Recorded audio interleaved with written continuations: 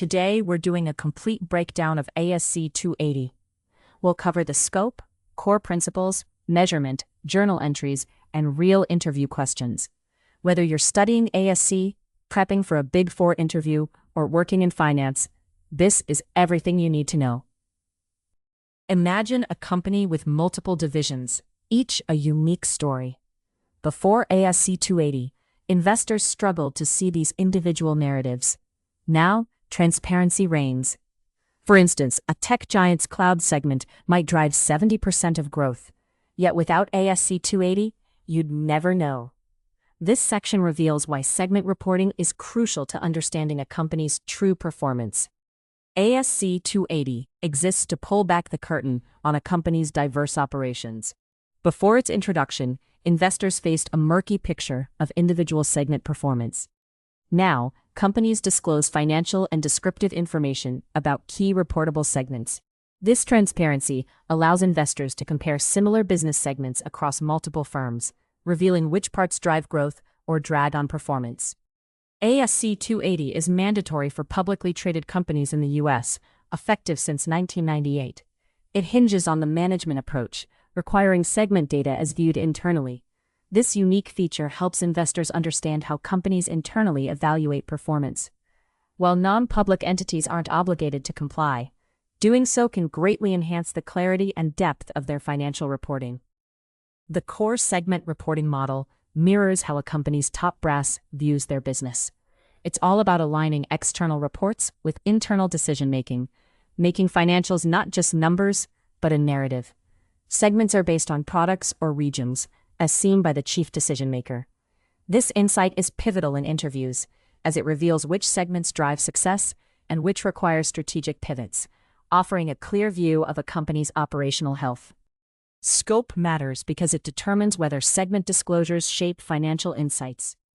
Many candidates forget that entities with a single operating segment aren't covered by ASC 280, which is a classic interview trap. Understanding these nuances can differentiate you in the competitive finance field. Mastering scope can turn a tricky interview question into an opportunity to shine. ASC 280 applies to both public and private entities that operate in multiple segments. These disclosures are crucial for investors and analysts to evaluate performance across different business units. Companies like multinational corporations must report segment information to provide granular insights. The standard ensures that stakeholders receive a comprehensive view of an entity's operational landscape, highlighting areas of growth and profitability. Entities with only one operating segment are excluded from ASC 280, reducing their reporting burden. Similarly, certain not-for-profit organizations avoid segment disclosures to keep financial statements straightforward. In interviews, clarifying these exclusions can prevent costly misunderstandings. Small businesses and subsidiaries that don't meet specific thresholds often won't need to apply ASC 280, which can be a crucial point of distinction for candidates. Operating segments are core components of ASC 280, defined as parts of an entity engaging in revenue-generating activities. For example, a car manufacturer might have separate segments for SUVs, sedans, and electric vehicles. These segments provide financial data reviewed by the chief operating decision-maker, crucial for strategic decisions.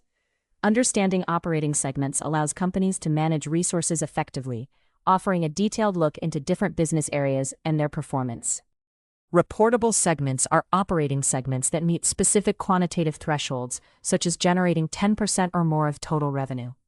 This ensures that significant parts of a business are disclosed separately, offering stakeholders detailed financial insights. For instance, a diversified conglomerate may identify its electronics division as a reportable segment due to its substantial contribution to overall revenue. This transparency aids investors in assessing the value and growth potential of an enterprise. Understanding scope edge cases can be a game changer in interviews. A tech startup with a single product line doesn't need segment disclosures, steering clear of ASC 280. Conversely, a retail chain operating in different regions must disclose each area's performance. Universities with commercial units might be exempt due to not-for-profit status. Holding companies with diverse subsidiaries face a complex evaluation to determine which meet the operating segment criteria. Imagine a multinational with diverse operations, each varying in profitability. The core segment reporting model ensures each segment's performance is clearly presented in financial statements. This clarity allows stakeholders to allocate resources effectively and make informed decisions based on real economic activities. The core segment reporting model structures how companies like Meridian Corporation break down financial data into operating segments. Focusing on their $10 million SaaS contract, we'll see how $8 million in software and $2 million in services are reported. This model ensures stakeholders understand each segment's profitability, enhancing informed decision-making and resource allocation. Meridian Corporation needs to align its segment reporting with internal management views. For their $10 million SaaS contract, management identifies software and services as separate segments. This ensures clarity and consistency with internal reports. A common pitfall is not aligning segments with internal management views, leading to misleading financial insights. ASC mandates that segments reflect how management internally evaluates performance, ensuring accuracy. Moving forward, Meridian Corporation must evaluate if each segment meets quantitative thresholds. Their software and services segments both exceed 10% of the $10 million total revenue. This confirms their status as reportable segments. A common mistake is neglecting smaller segments that collectively meet thresholds, skewing overall analysis. ASC enforces that any segment crossing the 10% mark must be distinctly reported. Now, Meridian Corporation calculates each segment's profit or loss and assets. Software shows a $5 million profit, and services contribute $1 million. Accurate overhead allocation is crucial to reflect true performance. A common error is misallocating shared costs, distorting results. ASC mandates each segment's profit, loss, and assets be clearly reported, ensuring transparency for stakeholders in financial analysis. Meridian Corporation prepares comprehensive segment disclosures showing $5 million profit from software and $1 million from services. These need reconciliation with consolidated statements, ensuring stakeholders see the whole picture. A common mistake is neglecting this reconciliation, leading to stakeholder confusion. ASC highlights the need for transparent reconciliation, aligning segment data with total company figures, thus maintaining credibility and clarity. Finally, Meridian Corporation must regularly review and update their segment information. Annually revisiting segment definitions ensures they remain relevant in their dynamic market. Ignoring shifts in management perspective risks outdated reporting, reducing decision-making effectiveness. ASC encourages consistent review, ensuring segment reporting aligns with current business strategies, enhancing the accuracy and utility of financial statements for stakeholders. The measurement method you choose directly impacts your balance sheet. A wrong choice can overstate assets by millions. ASC 280 requires specific measurement and disclosure practices, ensuring stakeholders receive a true picture of segment performance. Precision here isn't just compliance, it's a strategic advantage, giving clarity and confidence to investors and management alike. Determining when to recognize a segment involves meeting specific quantitative thresholds, like 10% of revenue, profit loss, or assets. At the end of each reporting period, entities identify which segments to report. Initial measurement relies on the internal management reports that guide decision-making. Even without meeting thresholds, a segment may require recognition if deemed vital by management, ensuring financial statements reflect operational realities. Subsequent measurement of segments ensures ongoing relevance in financial reporting. Each reporting period brings updates based on operational changes. If management modifies its reporting structure, remeasurement may be triggered.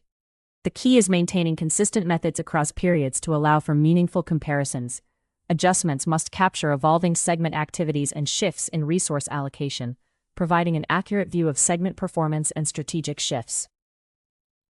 Segment information is presented distinctly in financial statements, enhancing transparency. The income statement showcases segment results apart from consolidated figures, allowing stakeholders to assess individual segment performance. Balance sheets must classify segment assets and liabilities separately when material, ensuring clarity. Notes play a crucial role, detailing the measurement bases and methods used, guiding analysts toward a deeper understanding of segment dynamics and financial strategies. Key disclosures under ASC 280 help stakeholders decode segment data. Reconciliation of segment revenues with total revenues ensures figures align, maintaining transparency.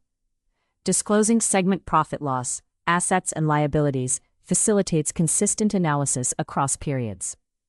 The reconciliation of segment and entity assets is crucial for completeness.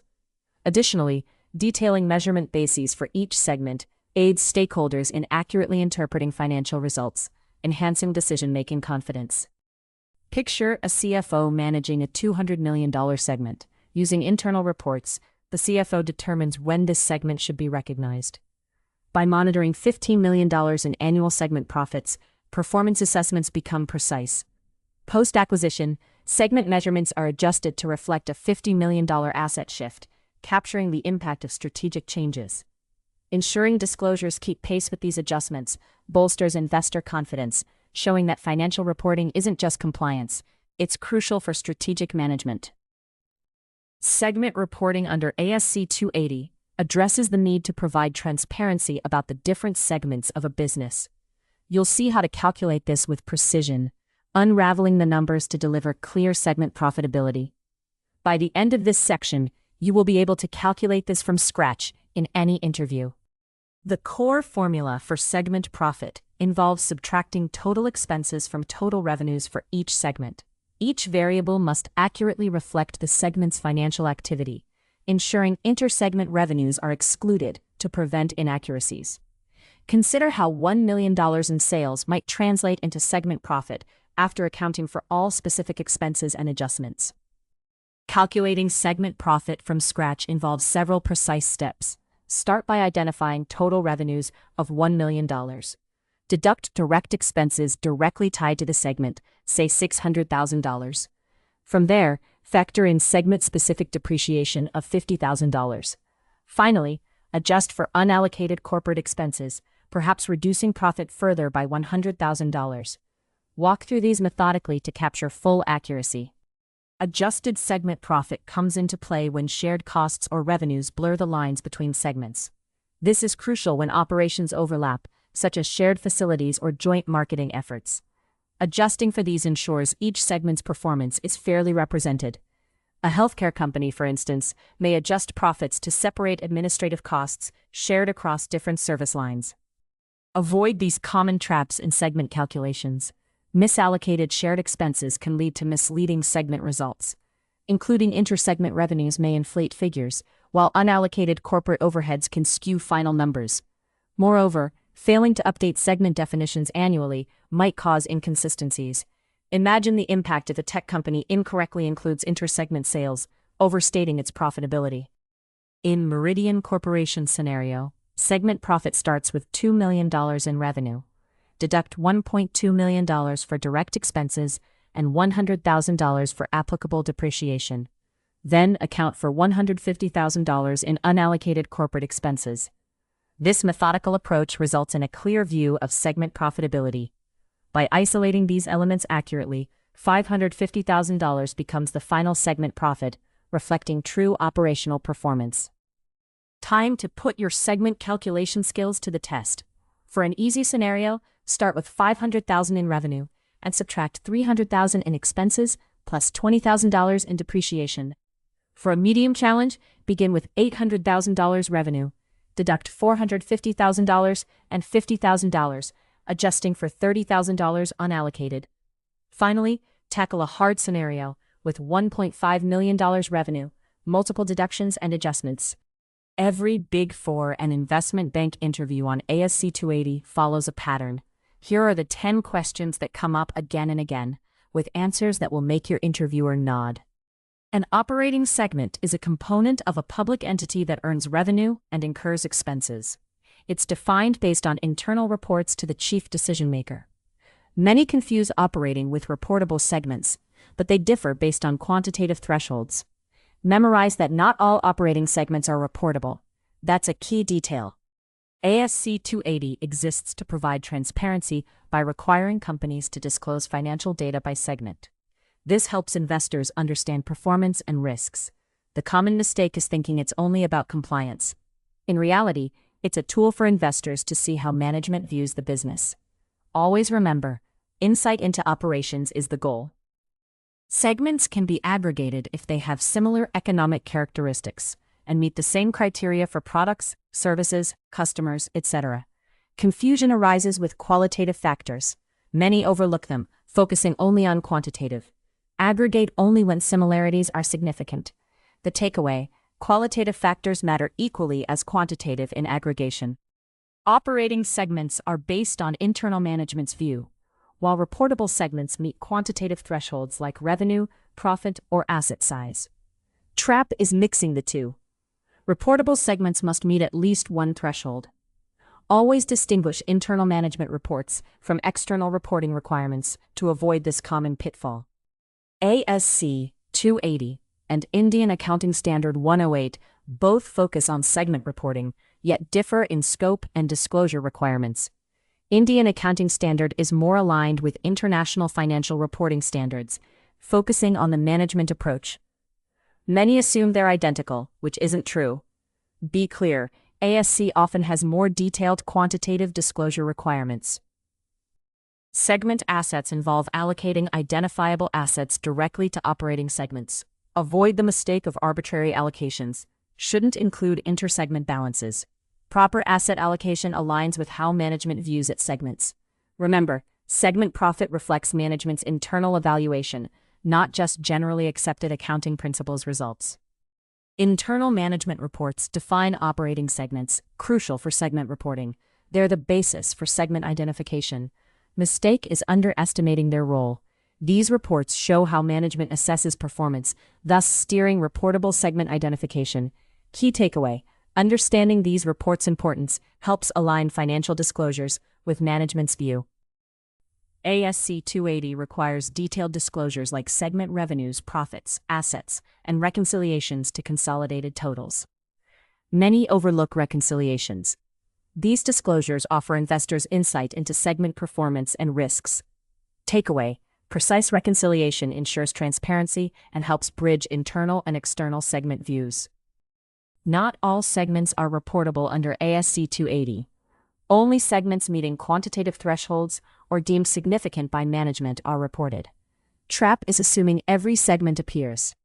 Remember, strategic management judgment plays a crucial role in deciding reportable segments. Segment profit calculation includes revenues and costs directly attributable or allocated. A tricky aspect is internal transfer pricing, often misunderstood. It's based on management's pricing policy, not necessarily market rates. The takeaway is ensuring consistency with internal management's view, as reflected in internal reports. ASC 280 improves transparency by mandating segment reporting for public entities. Operating segments are defined by business activities generating revenue and expenses. Reportable segments are identified using quantitative thresholds. Segments with similar economic characteristics may be aggregated. The chief operating decision-maker, often the CEO, oversees resource allocation. ASC 280 emphasizes the management approach, reporting segments based on internal information review. The core model uses a management approach, aligning segment reports with internal management reports. Segment disclosures mimic internal reporting to the CODM. Intersegment eliminations are excluded from segment profit or loss. Consistency between internal and external segment reporting is mandatory. Segment assets are reported if the CODM regularly reviews them. Revenue allocation follows internal reporting practices, ensuring transparency and relevance.